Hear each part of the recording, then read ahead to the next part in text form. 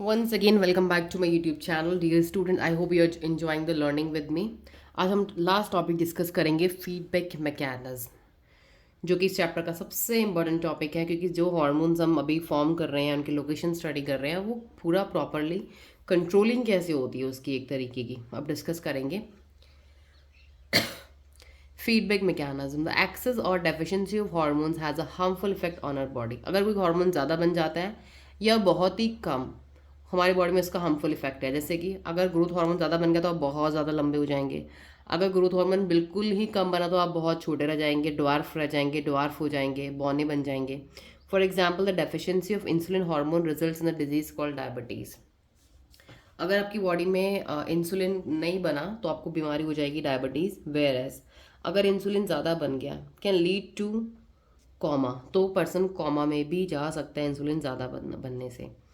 So it is necessary that the hormones are secreted by a glands in our body in precise quantities. तो इसलिए कहते हैं कि hormones को precise, adequate, optimum quantity में बनना चाहिए, which are required for normal functioning of the body, ताकि बॉडी की नॉर्मल फंक्शनिंग हो सके.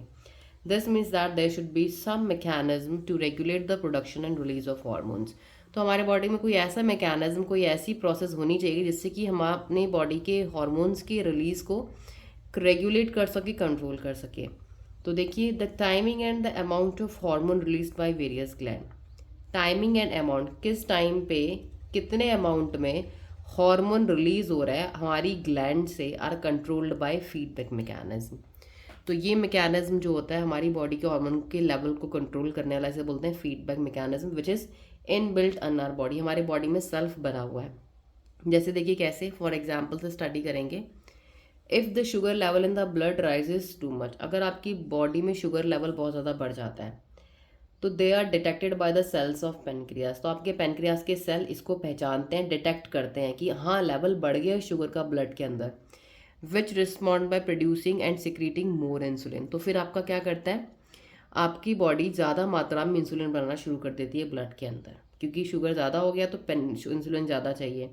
As the blood sugar falls down, जैसे ही फिर शुगर आपकी ब्लड की कम हो जाती है, क्योंकि इंसुलिन ने कंट्रोल कर दिया, अब शुगर लेवल कम हो गया, certain level the secretion of insulin is reduce automatically. तो फिर इंसुलिन का जो सिक्रीशन है वो फिर से कम हो जाए, क्योंकि अब शुगर नहीं है तो इंसुलिन को ज़्यादा मात्रा में सिक्रीट होकर क्या करना है, वो कम हो गया, तो फिर से इंसुलिन का लेवल क्या हो जाएगा, कम हो जाएगा, रिड्यूस हो जाएगा.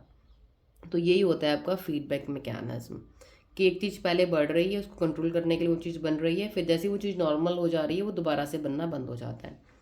तो this chapter is completed now finally. So you will also read this nervous system, endocrine system differentiation yourself, comparison आप खुद पढ़ेंगे, और I'll record a short video for you. So your chapter finally control and coordination is completed, and very soon I will be telling you few important question answer related to this chapter. But you have to watch all the videos clearly, ताकि आप इस पूरे chapter को understand कर सके, because bio is not easy in class 10. To score full आपको हर chapter को लाइन टू लाइन डेप्थ में जाके पढ़ना ही पड़ेगा, बिकॉज जो क्वेश्चंस होते हैं वो कहीं से भी बन सकते हैं, लाइन टू लाइन, एमसीक्यूज़, कोई भी क्वेश्चंस हो सकते हैं वो. जब तक आपको अपने चैप्टर की कंप्लीटली समरी नहीं पता, टॉपिक का मीनिंग नहीं पता, तो you are not able to write proper answers, so you will not get proper marks. तो हर चीज़ को समझने के लिए, for being the topper of your class, you need to go through your complete line to line of S Chan. Thank you and stay tuned everyone.